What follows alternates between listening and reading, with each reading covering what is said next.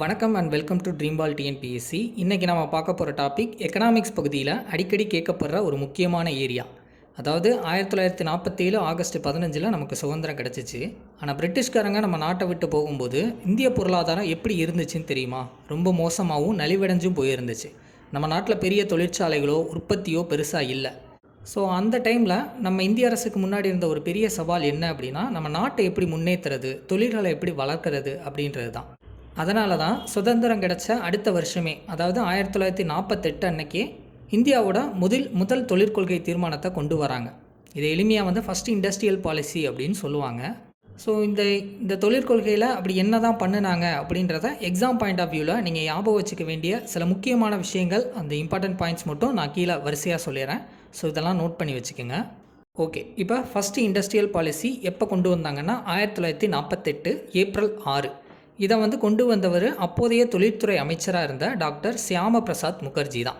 அவரோட தலைமையில் தான் இந்தியா ஒரு கலப்பு பொருளாதார நாடு, அதாவது மிக்சடு எக்கனாமி அப்படின்னு அதிகாரப்பூர்வமாக அறிவிக்கப்பட்டுச்சு. அது என்ன கலப்பு பொருளாதாரம் அப்படின்னா, நாட்டோட முன்னேற்றத்துக்கு அரசாங்கம் மட்டும் உழைச்சா பத்தாது, தனியார் நிறுவனங்களும் கை கோர்க்கணும். அதனால் பொதுத்துறையும் தனியார் துறையும் இணைந்து செயல்படுறது தான் இந்த கலப்பு பொருளாதாரம்னு கொண்டு வந்தாங்க. அதே மாதிரி தொழில்களை 4 பிரிவுகளாக வகைப்படுத்தினாங்க. பிரிக்கப்பட்ட 4 தொழில்கள் என்ன அப்படின்னா, முதலாவது உத்திசார் தொழில்கள்னு சொல்லுவாங்க. அதாவது ஸ்ட்ராட்டஜிக் இண்டஸ்ட்ரீஸ், அதாவது இராணுவம், அணுசக்தி, ரயில்வே, இந்த மாதிரியான முக்கியமான துறைகள். இதெல்லாமே முழுக்க மத்திய அரசோட கட்டுப்பாட்டில் மட்டும்தான் இருக்கும். இரண்டாவதாக பிரிக்கப்பட்ட தொழில் அடிப்படை தொழில்கள், அதாவது கீ இண்டஸ்ட்ரீஸ்.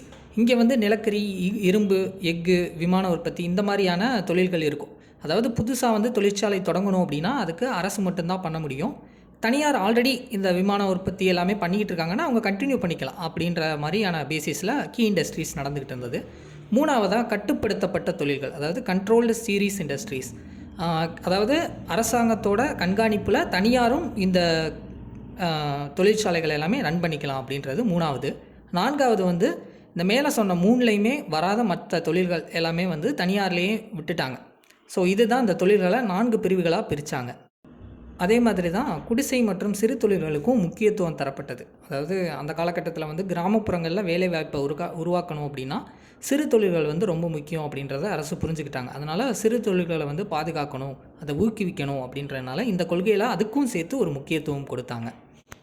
ஸோ இந்த 1948 தொழிற்கொள்கை, அதாவது இதுதான் ஃபஸ்ட்டு இண்டஸ்ட்ரியல் பாலிசி 1948. அது ஏப்ரல் 6 அன்னைக்கு கொண்டு வந்திருக்காங்க. அறிமுகப்படுத்தினது டாக்டர் சியாம பிரசாத் முகர்ஜி. இது இந்தியா ஒரு கலப்பு பொருளாதார நாடு, மிக்சடு எக்கனாமி அப்படின்றத சொல்லிச்சு.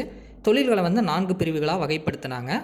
அதுக்கப்புறம் குடிசை மற்றும் சிறு தொழில்களுக்கு முக்கியத்துவம் கொடுத்தாங்க. இவ்வளோதான். இதுதான் நீங்கள் ஞாபகம் வச்சுக்க வேண்டிய முக்கியமான பாயிண்ட்ஸ்.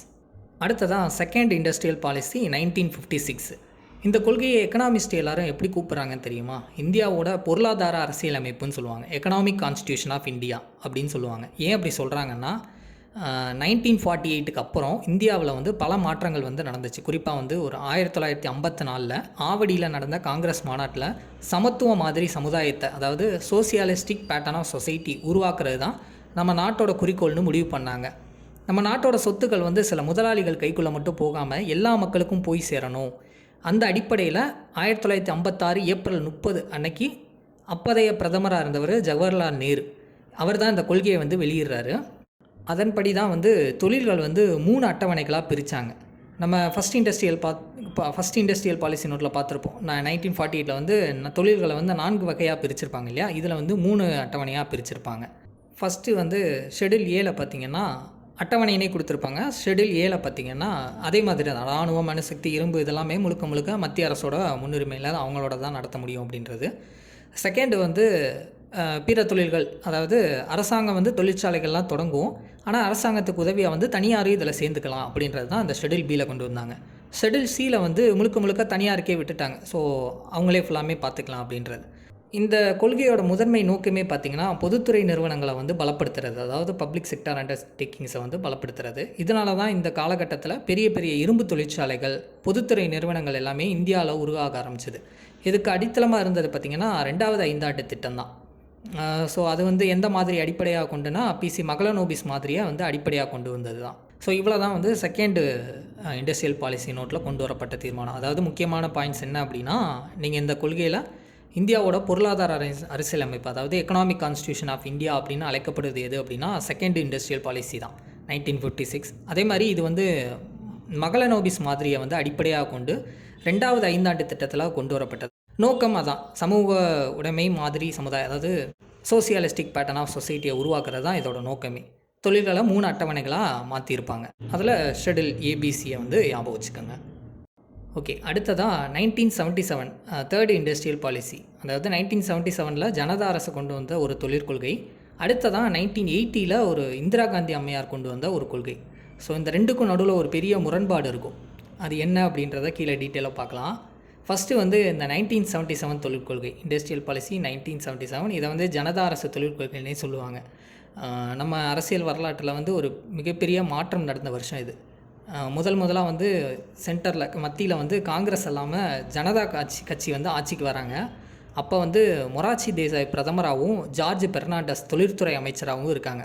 அவங்க கொண்டு வந்த கொள்கையில் முக்கியமான அம்சங்கள் இருந்துச்சு. என்னென்ன அப்படின்னா, நார்மலாக வந்து முன்னாடி நேருவோட கொள்கை வந்து பெரிய தொழிற்சாலைகளுக்கு வந்து முக்கியத்துவம் கொடுத்துச்சு. அப்படின்னா இந்த ஜனதா அரசு வந்து காந்திய பொருளாதார கொள்கையில் வந்து கையில் எடுத்தாங்க. அதாவது கிராமப்புற முன்னேற்றம், குடிசை மற்றும் சிறு தொழில்களுக்கு தான் முக்கியத்துவம் கொடுத்தாங்க. அதனாலேயே வந்து சிறு தொழில்களை வந்து வகைப்படுத்தி இன்னும் 3 பிரிவாக பிரித்தாங்க. குடிசை தொழில்கள், சிறு தொழில்கள், மிகச்சிறிய நிறுவனங்கள் அப்படின்னு கொண்டு வந்தாங்க. காட்டேஜ் அண்ட் ஹவுஸ்ஹோல்ட் இண்டஸ்ட்ரீஸ், அதாவது வீடுகளில் இருந்து செய்யக்கூடிய கைவினைப் பொருட்கள். 2வது ஸ்மால் ஸ்கேல் இண்டஸ்ட்ரீஸ், சிறிய அளவிலான முதலீட்டில் நடக்கிற தொழிற்சாலைகள். 3வதாக டைனி செக்டார்ஸ், மிக குறைந்த முதலீடு கொண்ட நிறுவனங்கள் அப்படின்னு. அடுத்ததாக ஒரு முக்கியமான பாயிண்ட்டு, மாவட்ட தொழில் மையங்கள், அதாவது டிஐசி, டிஸ்ட்ரிக்ட் இண்டஸ்ட்ரீஸ் சென்டர்ஸ். அதாவது டிஎன்பிசியில் அடிக்கடி கேட்குற ஒரு முக்கியமான கேள்வின்னு சொல்லலாம். தொழில்களை தொடங்க நினைக்கிற கிராமப்புற இளைஞர்களுக்கு ஒரே இடத்துல கடனுதவி மற்றும் ஆலோசனைகளை வழங்குறதுக்காகவே உருவாக்கப்பட்ட இந்த டிஐசி சென்டர்ஸ், அதாவது மாவட்ட தொழில் மையங்கள், இது வந்து எந்த இண்டஸ்ட்ரியல் பாலிசியில் உருவாக்குனாங்கன்னு கேட்பாங்க. ஸோ இந்த ஜனதா அரசு கொண்டு வந்த தேர்ட் இண்டஸ்ட்ரியல் பாலிசி 1977. ஓகேங்களா, இது முக்கியமான ஒன்று. அதே மாதிரி தான் கிராமப்புறத்தை வந்து முன்னேற்றணும்னு சொல்லுவவங்க உள்நாட்டு தொழில்களை ஃபுல்லாக பாதுகாக்கணும் அப்படின்றதுக்காக வெளிநாட்டு நிறுவனங்களுக்கு கடுமையாக கட்டுப்பாடுகள்லாம் விதித்தாங்க. அந்த சமயத்தில் அந்த கொக்கோ கோலா மாதிரியான நிறுவனங்கள் எல்லாமே இந்தியா விட்டே வெளியேறிச்சுன்னே சொல்லலாம். ஸோ இவ்வளோ தாங்க தேர்ட் இண்டஸ்ட்ரியல் பாலிசி. அடுத்ததாக 4வது தொழிற்கொள்கை 1980. அரசியல் மாற்றம் காரணமாக 1980 மறுபடியும் காங்கிரஸ் அரசு வராங்க. அப்போ இந்திரா காந்தி அம்மையார் வந்து ஆட்சிக்கு வராங்க. அவங்க வந்த உடனே என்ன பண்ணுறாங்க, 1977 போட்ட சில விஷயங்களெல்லாம் மாற்றி புதுசாக ஒரு அறிவிப்பை வந்து வெளியிடுறாங்க. 1977 கொள்கை பார்த்திங்கன்னா சிறு தொழில்களுக்கு மட்டுமே முக்கியத்துவம் கொடுத்தனால பெரிய தொழிற்சாலைகளோட உற்பத்தி எல்லாமே பாதிக்கப்பட்டுருச்சு அப்படின்னு சொல்லிட்டு இந்திய பொருளாதாரத்தோட அரசியலமைப்புன்னு சொல்லப்படுற 1956 ஜவஹர்லால் நேரு கொண்டு வந்தார் இல்லையா, அந்த தொழிற்கொள்கையை மீண்டும் அடிப்படையாக எடுத்துக்கிறாங்க. அதாவது பொருளாதார வளர்ச்சி வந்து சமதனமாக இருக்கணும் அப்படின்றதுக்காக மறுபடியும் என்ன பண்ணுறாங்க, பொதுத்துறை நிறுவனங்கள், அதாவது பப்ளிக் செக்டர் அண்டர்டேக்கிங்ஸ் எல்லாமே பலப்படுத்தணும், அதேமாதிரி நுகர்வோரோட நலன்களை பாதுகாக்கணும் அப்படின்றத முக்கிய நோக்கமாக எடுத்துக்கிறாங்க. இதோட நோக்கமாக என்ன கொண்டு வராங்க அப்படின்னா பொருளாதார கூட்டாட்சி அப்படின்னு சொல்கிறாங்க. அதாவது எக்கனாமிக் ஃபெடரலைசேஷன் அப்படின்ற கருத்தை வந்து முன்வைக்கிறாங்க. அதுக்கடுத்து வந்து பார்த்திங்கன்னா தொழில்துறையோட உற்பத்தியை எல்லாமே வேகப்படுத்தணும் அப்படின்றதுக்காக சில கட்டுப்பாடுகள் எல்லாமே தளர்த்துறாங்க. இந்த லைசன்ஸ் எடுக்க வேண்டியது இருக்கு இல்லையா, ஒரு நார்மலாக ஒரு தொழில் தொடங்கணும் அப்படின்னா அதுக்கான உரிமம் வழங்குகிற முறையை வந்து எளிமைப்படுத்துகிறாங்க. அதனால் பின்னாடி வந்து என்ன ஆச்சுன்னா அந்த தாராளமயமாக்கல் ஆரம்பிச்சிச்சுல, அதுக்கு வந்து அடித்தளமாக இது அமைஞ்சிச்சு அப்படின்னு சொல்லலாம் இந்த பாலிசி. ஸோ இந்த தொழிற்கொள்கை பார்த்திங்கன்னா மறுபடியும் 1956 பேஸ் பண்ணி இந்த தொழிற்கொள்கையை மறுபடியும் இந்திரா காந்தி அம்மையார் வந்து கொண்டு வந்திருக்காங்க 1980 அப்படின்றத மட்டும் மெயினாக ஞாபகம் வச்சுக்கோங்க. சரிங்களா, அவ்வளோதான். ஓகே, அடுத்ததான் நம்ம பார்க்க போகிறது தான் ஹார்ட் ஆஃப் த டாபிக்னு சொல்லலாம். அதாவது புதிய தொழிற்கொள்கை 1991, கேம் சேஞ்சர் மாதிரி இது. 1991 இந்தியா வந்து கடுமையான பொருளாதார நெருக்கடியில் வந்து இருந்துச்சு.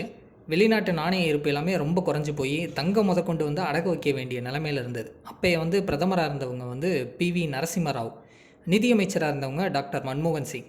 ஸோ இந்த 2 பேரும் சேர்ந்து தான் 1991 ஜூலை 24 அன்னைக்கு இந்த சிறப்புமிக்க ஒரு கொள்கையை வந்து அறிமுகப்படுத்துகிறாங்க. இதனால் அந்த கொள்கையோட பேர் வந்து ராவ் மன்மோகன் மாதிரி அப்படின்னு சொல்கிறோம்.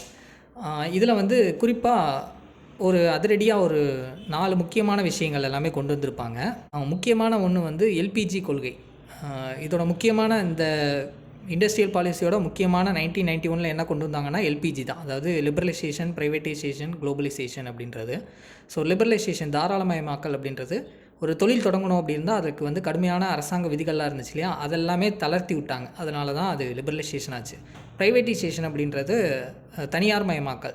அதாவது அது வரைக்கும் அரசு மட்டுமே வச்சுருந்த நிறுவனங்கள் எல்லாமே தனியார் நிறுவனங்களும் செய்யலாம் அப்படின்னு சொல்லிட்டு பொதுவாக திறந்து விட்டாங்க. ஸோ அந்தது. ஸோ குளோபலைசேஷன், அதாவது உலகமயமாதல் அப்படின்றது இந்திய பொருளாதாரத்தை வெளிநாட்டு பொருளாதாரத்தோடு இணைக்கிற மாதிரியான வெளிநாட்டு முதலீடுகளை எல்லாம் ஈர்த்து இந்தியாவுக்குள்ளே கொண்டு வர செஞ்சாங்க. அதுதான் எல்பிஜி கொள்கைன்றது. ஸோ இது ரொம்ப ரொம்ப முக்கியம். எல்பிஜி எப்போ வந்துச்சு அப்படின்னா, எந்த ஆக்டுன்னா புதிய தொழிற்கொள்கை 1991. சரிங்களா. ரெண்டாவதாக தொழில் உரிமத்தை எல்லாமே ரத்து பண்ணுறாங்க. இதுக்கு முன்னாடி இந்தியாவில் ஒரு சின்ன ஃபேக்ட்ரி ஆரம்பிக்கணும்னா கூட லைசன்ஸ் ராஜ் அப்படின்னு சொல்லுவாங்க, சிகப்பு நாடா முறை, அதை வந்து கிராஸ் பண்ணணும். ரொம்ப ஆபத்தான உத்திசார் தொழில்களை தவிர மற்ற எதுக்கும் வந்து இந்த மாதிரியான லைசன்ஸ் வந்து தேவையில்லை அப்படின்னு சொல்லி டோட்டலாக தளர்த்திட்டாங்க. அதுக்கப்புறமா வந்து இப்போ வந்து கிட்டத்தட்ட வெடிப்பொருட்கள், புகையிலை, இந்த மாதிரி ரசாயன பாதுகாப்பு உபகரணங்கள் செய்கிறதுக்கு மட்டும்தான் வந்து லைசன்ஸ் வச்சுருக்கணுமே தவிர மற்ற எல்லாத்துக்குமே வந்து தொழில் தொடங்குறதுக்கு வந்து தேவையில்லை அப்படின்ற மாதிரி அப்பயே ஆக்ட் கொண்டு வந்துட்டாங்க. சரிங்களா. அடுத்த பாயிண்ட்டும் அதே தான். அதாவது அரசுக்கு சொந்தமான துறைகள் எல்லாத்தையும் வந்து குறைச்சிட்டாங்க. ஃபஸ்ட்டு நம்ம 1956 பார்த்துருப்போம், 17 தொழில்கள் வந்து ஷெட்யூல் ஏல பிரிச்சிருக்காங்க அப்படின்னு சொல்லிட்டு. அதை வந்து 1991 8 குறைச்சிருப்பாங்க. பின்னாடி அதையும் வந்து 3 குறைச்சி கொண்டு வந்துட்டாங்க. வெறும் இந்த ரயில்வே, அணுசக்தி, இந்த மாதிரியான தொழில்கள் மட்டும்தான் வந்து அரசோட முழு கட்டுப்பாடில் இருக்கும். மிச்சதெல்லாம் வந்து தனியார் மயமாக்கிட்டாங்க அப்படின்றது. அடுத்ததாக எம்ஆர்டிபி சட்டம், அதாவது ஏகபோக மற்றும் கட்டுப்படுத்தப்பட்ட வர்த்தக நடைமுறைகள் சட்டம் அப்படின்னு சொல்லுவாங்க. அதாவது monopolistic and restrictive trade practices, MRTP act 1969 கொண்டு வந்திருப்பாங்க. அதை வந்து நீக்கிட்டு பின்னாடி வந்து போட்டி சட்டம் அப்படின்னு சொல்லி 2002 கொண்டு வந்திருப்பாங்க. அதுக்கான அடித்தளம் இந்த இதாக தான் இருந்துச்சு, காம்படிஷன் ஆக்ட் அப்படின்றது. ஸோ இந்த 1991 கொண்டு வந்த முக்கியமான ஒரு 4 இது தான். முக்கியமாக எல்பிஜி ஞாபகம் வச்சுக்கோங்க. அதே மாதிரி இந்த மாதிரியை வந்து புதிய தொழிற்கொள்கைன்னு சொல்லுவாங்க, ராவ் மன்மோகன் மாதிரின்னு சொல்லுவாங்க. அந்த மாதிரியான விஷயங்கள் எல்லாமே முக்கியமாக தெரிஞ்சு வச்சுக்கோங்க. ஓகே, அடுத்ததான் 6வது தொழிற்கொள்கை 2011 கொண்டு வந்தாங்க. நார்மலாக 2000க்கு அப்புறமாகவே பார்த்திங்கன்னா இந்தியாவில் வந்து ஐடி செக்டார் நிறையா வளர்ந்துருச்சு. ஆனால் அந்த அளவுக்கு வந்து மேனுஃபேக்சரிங் செக்டார் வந்து பெருசாக வளரல. அதாவது உற்பத்தி துறை வந்து அந்தளவுக்கு பங்கு வகிக்கலை. ஜிடிபி எல்லாமே கம்மியாக தான் இருந்துச்சு.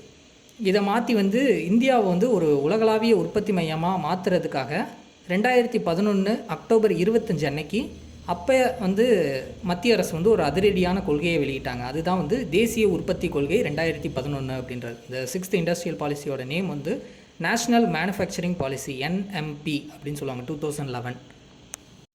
இந்த 2011 கொள்கையில் அரசாங்கம் வந்து பிரம்மாண்டமாக ஒரு 3 இலக்கை வந்து கொண்டு வந்தாங்க. என்னென்ன அப்படின்னா, ஃபஸ்ட்டு வந்து ஜிடிபியை உயர்த்தணும்.